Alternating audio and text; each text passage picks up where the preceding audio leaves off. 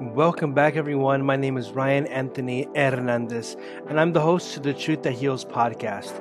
In today's episode, it will be an interview with author Kyomi O'Connor. She wrote the book A Sky of Infinite Blue, a wonderful book which I highly recommend to the audience. And we talk about this book in our interview, but also we talk about the many layers of healing that she had to go through in her life, in her journey. Enjoy the episode. Thank you. Today I'm with a special guest, author Kyomi O'Connor. Kyomi, thank you for joining. Thank you very much for inviting me. I'm so thrilled to be here. Well, it's a pleasure to have you on the show. And there's so much about you. And first of all, I wanted to mention to the audience that you have a book, and the name of your book is A Sky of Infinite Blue. A subtitle is Japanese Immigrant Search for Home and Self. No, I love that. Even in the title, it sounds so poetic just by reading the title. It's a beautiful title. And she's holding it up. For those who are watching the YouTube, she's holding a copy of it up. And before we really dive into the book, because your story has just so many layers. I've already mentioned that you're an author, but you've also done other things in life. And there's one part of your story where, because we've already spoken before this, and you mentioned that besides your difficulties growing up, your difficulties with family at home as a child, there was a moment in your life when you found yourself taking care of your sick husband and then eventually being with him as he passed away. Can you share with us that chapter of your life? And then from there, we'll go on to the other chapters of your life. Yes. So I came to States in 1990 as a postdoctoral researcher working at NIH. And then through that profession, I met my husband to be. That time he was also a postdoc researcher from England. So we met and then we get so close to each other, and then we eventually got married. And so, and then through our journey together, we changed the career, and then we moved to San Diego, 1998. So we had a great spiritual life together too. We have a very hectic professional life. He has a very busy executive job at this pharmaceutical company, and I was working as a pediatric dentist in indigenous Native American community. And but 2013, he had a almost a rapid onset because his diagnosis was metastatic melanoma in the brain. So any symptom coming from the brain function usually associated with hydrocephalus. And so he has had a severe headache, and he has to go through all of up and downs associated with his illness. Original prognosis was a few months, so a few months to live. But with my care and also the advanced medical care, he survived additional 3 years. But it was a very, very difficult, rapid coaster ride.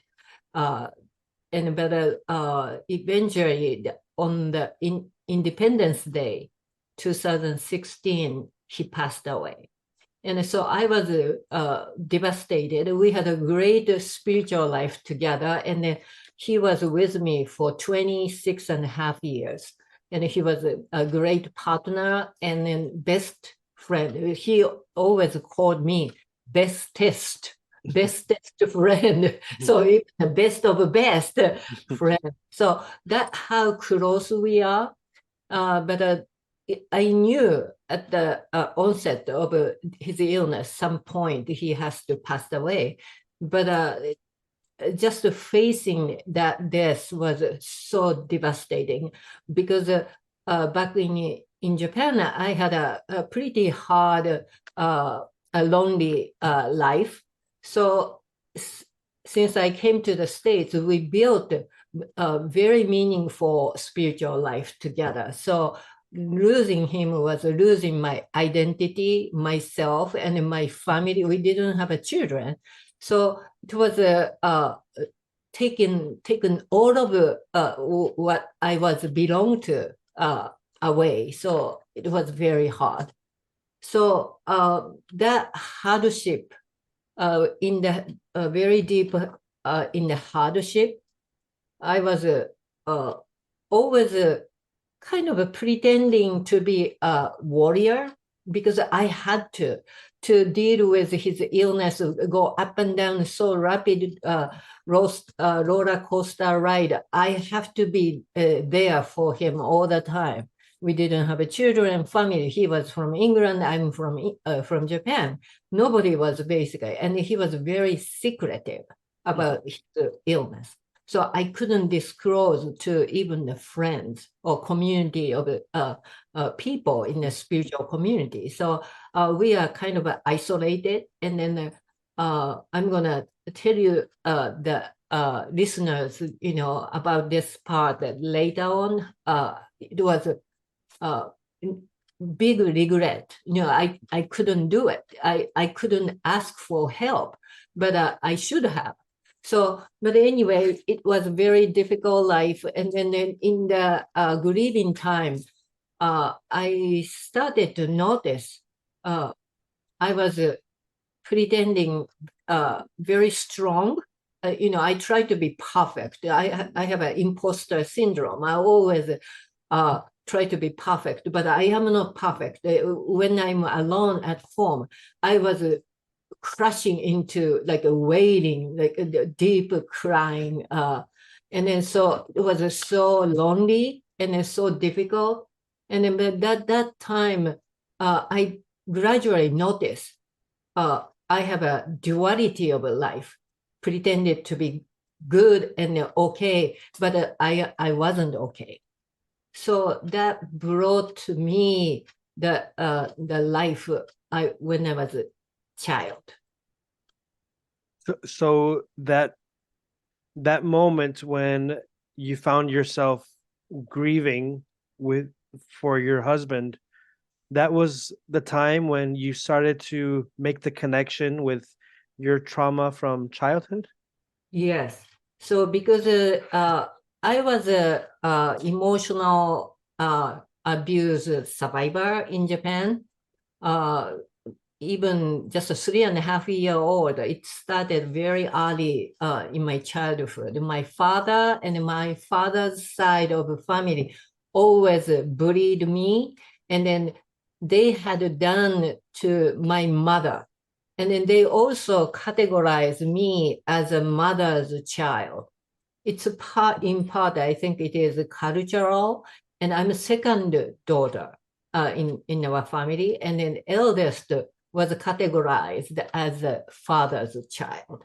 So she was always treated very specially, no matter what she does.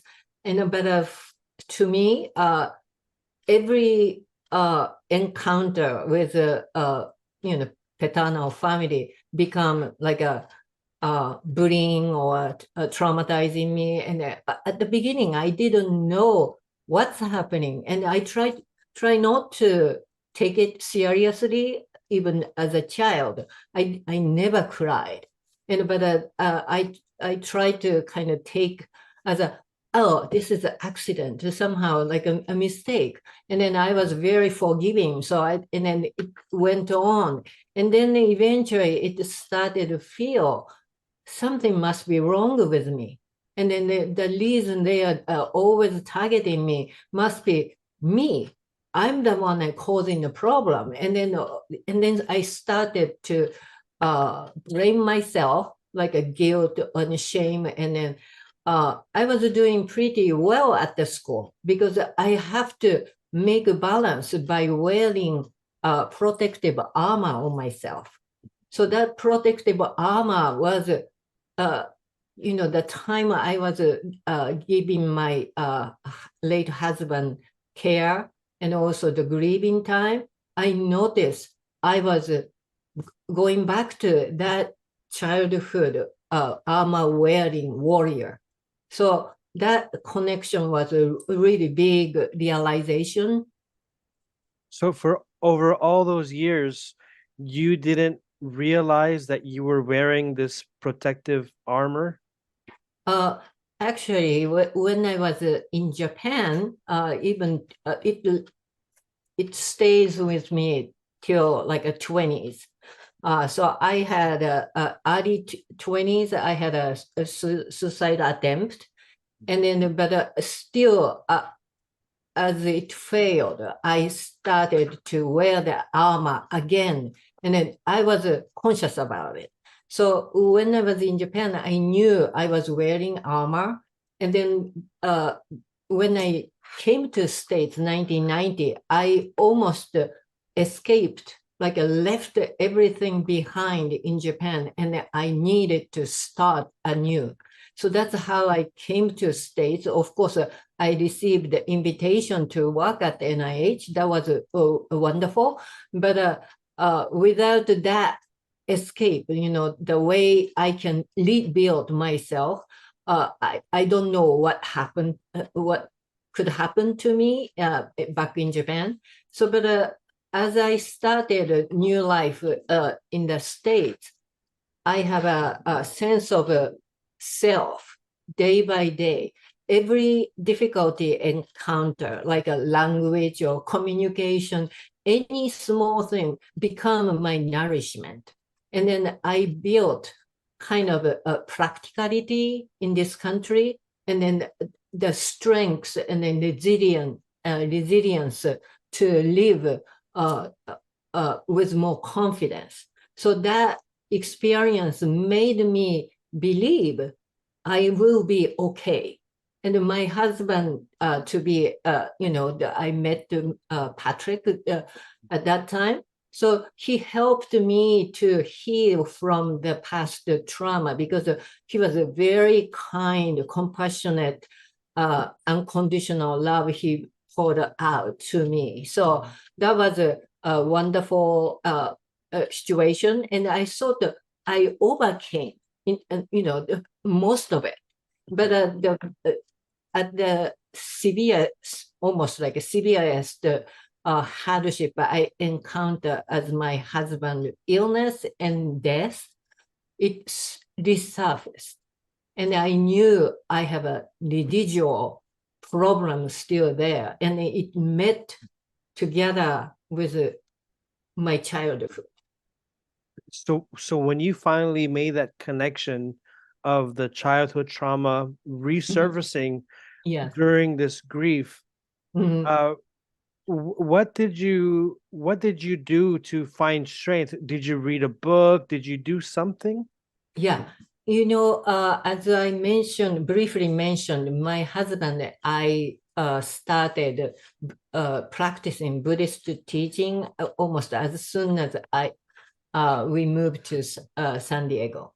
So the practice was very practical practice. Day by day, we can just keep our practice stronger and stronger. And so that practice, Buddhist faith and practice was as a background in me already. So it was growing pretty strong. So definitely it helped. But always, I was kind of like a truth seeker, Okay. of truth since my childhood. For instance, even I was bullied, and then bullied my father, and then I had a really bad argument at while I was like a 16-year-old. But still, amongst my sisters, I have a older and younger sisters, three of us. I'm the only one confronted my father because my father had a little outside marital affair, and then had a really impacted our family life, family dynamics, everything. So, but I confronted, and then so I couldn't take the part of my truth seeking. So that truth seeking is the one that after I realized this duality, went back to the childhood. I needed to find the true myself. What's really happening, and then how I can go and then accept whatever it is. I need to dig into the truth. That's how I actually started writing. Wow. Okay. This is yeah. You mentioned something that is very terrifying for some people, and that is confronting a bully. And in your case, unfortunately, the bully in your life was your father. Yes. What was that experience like to confront him? He was a bully, and then but also I always understood where he was coming from. He was, in a way, he was concerned about me too. So as a father, even he was very harsh on me. However, he had some kind of a expectation out of me. Like he expected I will be great person, but I wasn't perfect. So I was always like asked to be the best. I couldn't take it. I was wounded. I was traumatized. So while he was doing a very unethical thing to our family, I have to speak out for my family, for my mother, and then for everybody. So I have a very strong just Yes. sense. So I did, but afterwards it wounded me even more because I felt I'm even confronted, and but in our culture it wasn't allowed. It was taboo, absolutely taboo. As a girl, a daughter, and then I was a second daughter, and then father was like something very. It's not a god, but a very important. Yeah. And then even he did something wrong, criticizing that piece for the sake of my family wasn't allowed, but I did. But I know he was deeply hurt, and I took it very deep inside me too. So we both hurt.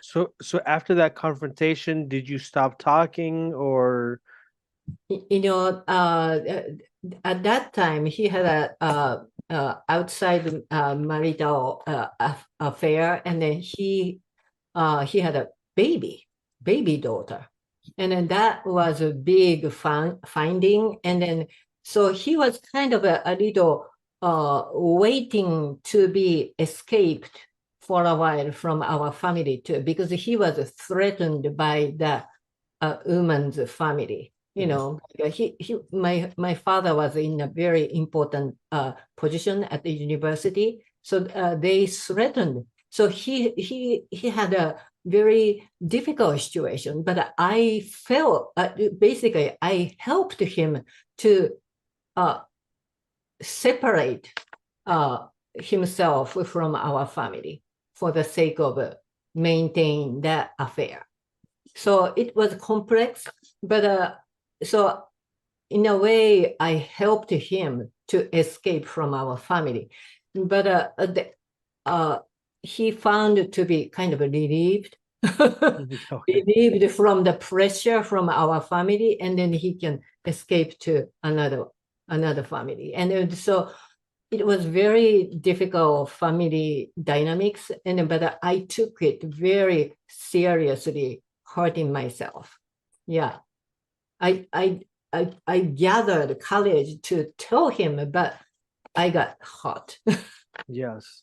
And you also mentioned a little bit earlier how you had a lot of roots with your spiritual side. Mhm, As this was happening in your life, this confrontation and mhm, you and your father moving on and all this, uh, mhm. how was your spiritual life at that time? Was there a point where you thought to yourself, I don't want to have a spiritual life. I just want to. No, I was, I think if looking back, since my childhood, I was a truth seeker. And then always spirituality was very important to me.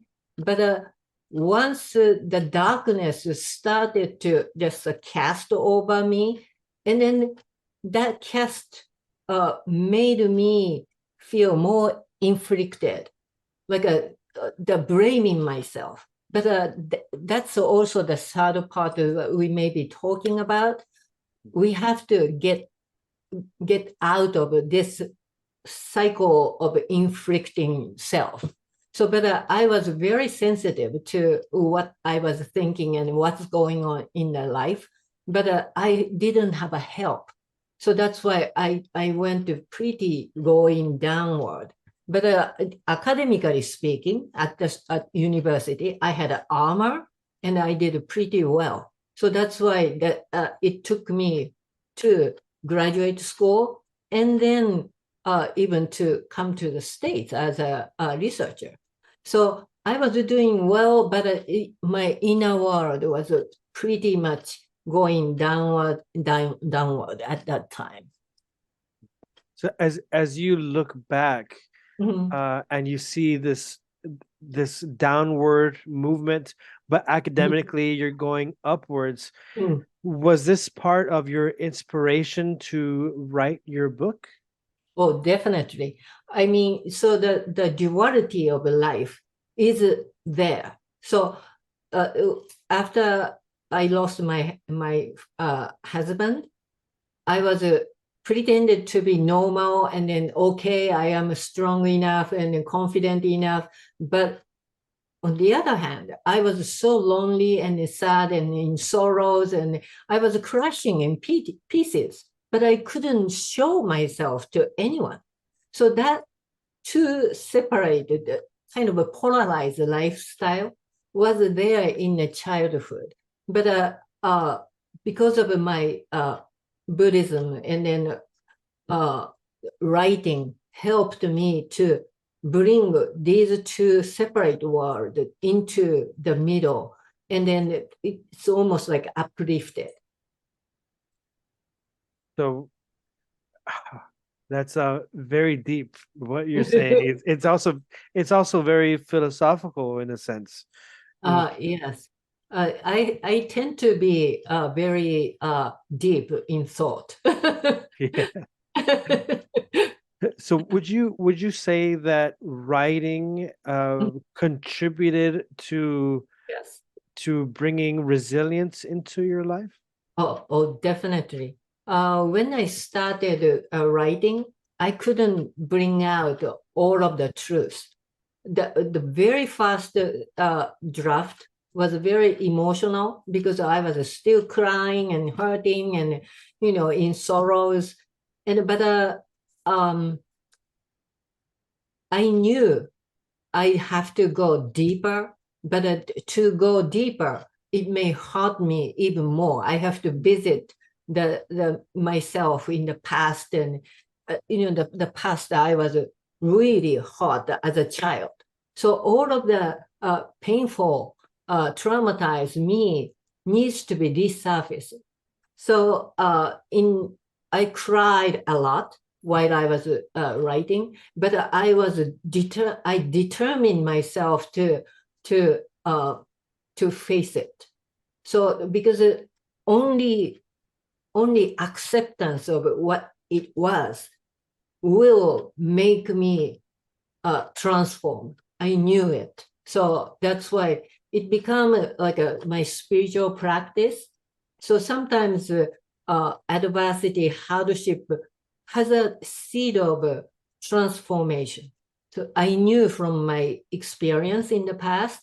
So even though it was so difficult, I needed to find the truth and then digging into the finding myself to accept what it was.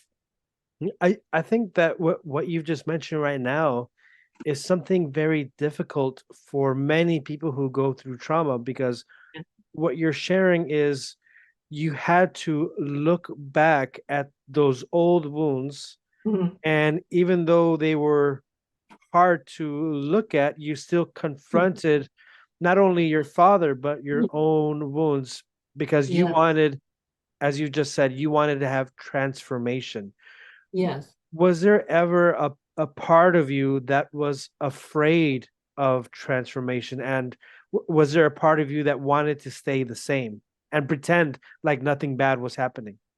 When I was very young, still I didn't have any faith. Of course, facing the reality and then facing the truth could be more conditional choice.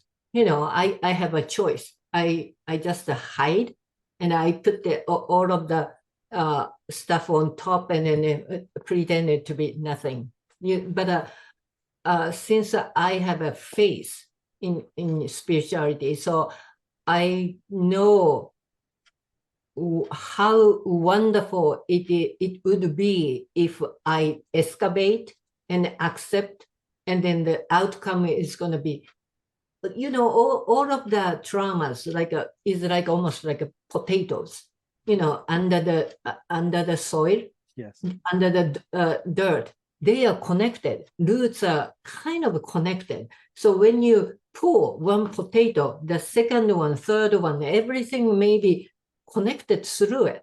So I knew if I digging into the potato, the next potato may be connected and then coming and uh, it become like almost a total, like a wholeness is coming out. I think that some people, even myself in the beginning, I was hoping that the healing journey would be instantaneous. Is the healing journey, is it quick or does it take time? Oh, they definitely take time. I think that at the beginning, as I mentioned, even I've been a Buddhist practitioner for many years. At the beginning, because of the magnitude of the sorrow and then adversity was so big, almost too big. So you have to go breaking in small pieces, not just like whack, Yeah, jumping yes. on the whole thing. So you need a kind of a preparation. Little by little, you need to pause yourself and breathe and see a little bit, from surface to deeper and deeper and deeper. It takes time. I think to me, my spiritual journey is a whole my life, basically. So some easy stuff, maybe you can do almost instantaneously, or maybe 10 days, or maybe 1 year. But it takes your own resilience and then consistent practice to see yourself like facing the reality is a very tough thing. Sometimes you need a break, pause, and then you need to just look after yourself. We tend to forget. We are very kind to other people, but sometimes we forget to be kind to ourselves.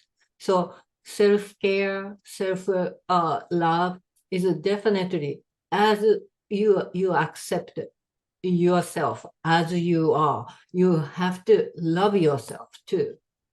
What does it mean to be kind to yourself? Because I think that some people may think being kind to myself means going to shop or going to that can be kind for some people, but in your life, Mm, through your journey, what's an example of practicing kindness and love for the self?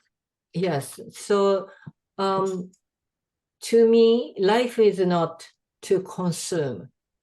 Consume means like a shopping, Mhm. So we we need to earn our lives. So in order for us to do it, we have to be involved, committed.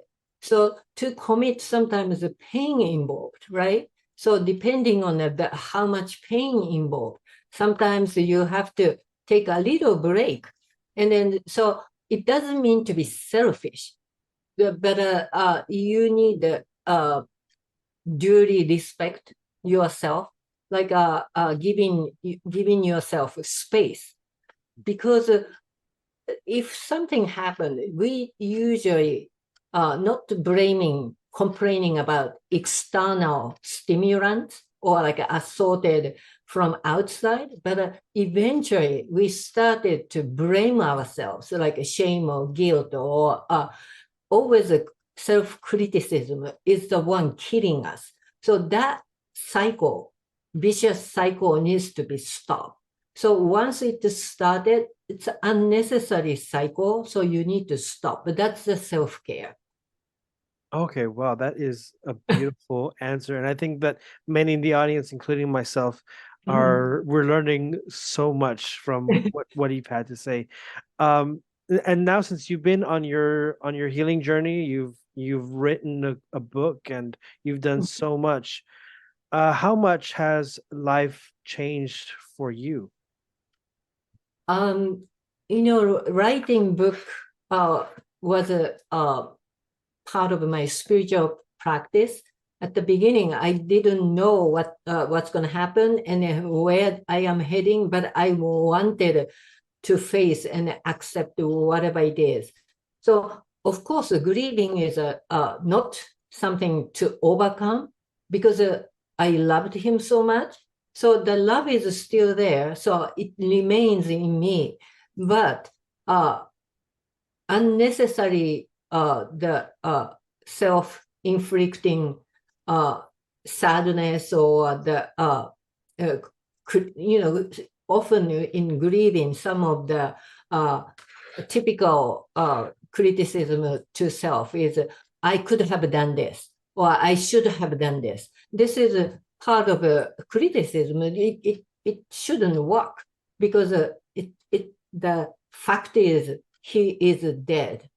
And I did the best I could, even I may not be perfect. So try to be perfect all the time is the one killing us, right? Yes. So Yeah. yeah. So by realize all of this, self-realization, and then I think I transform myself, including my childhood trauma all together, and I have a very happy life, happy, and of course, emotion happens. Emotion is a good thing, and then it telling us a lots of a thing, and then I am living in a life like a emotion comes and but I let it go, kind of good or bad, or that judgment is on the side. I try not to judge myself, good or bad, but that's because causing self-inflicted criticism. So I just let it happen, and then emotion happens, and like almost like a wind or the breeze or a stream or something. I try to observe myself like outside of my body. As a Buddhist, I think that's a really good practice. Try to be outside of my body and then see from above above, and then what's going on in me and then in the surroundings. And I hope everybody our love and hope all together, and then that's the one that truly uplifting us. And I love all that you said because i- if we and you mentioned this earlier about like when you stay too focused on problems or our faults. I think you mentioned about like there's like a shame or like a guilt, and it Mhm, gets very depressing. But I love this advice of holding mhm, on to mhm, hope, holding on mhm. to good, and then being like Yeah, a stream, allowing for that to pass. yes. I think we want to be perfect, but if we are truly to ourselves and then to what's happening, to the fact what happened, like a reality should be no judgmental, and it just that's it is what it is. And if you know what it is, you don't have to judge yourself, and then you just let it happen and then let it go, and then life is in a stream. Mhm. Life is in a like almost like a breeze. Beautiful. And since we're already coming towards the end of Mhm, the podcast of this mhm, interview, mhm. I want to hear about your book. It has a beautiful name, The Sky of Infinite Blue. I love it. What can the readers, what can they learn from reading your book? uh, my book has, of course, the describing about my spiritual journey. So childhood trauma or even the grief from my husband's illness, death are there. But every single like scenes or difficulties, you may find the light. And then the light comes all together. And then it brings you to the state everything is going to be okay. Oh, wow. So I am looking forward to reading your book, and to the audience, get a copy. Where can they get a copy of your book? You can go to my website, KyomiO'Connor.com, or you can go to Amazon. I don't have an audible. I'm sorry, but ebook or paperback.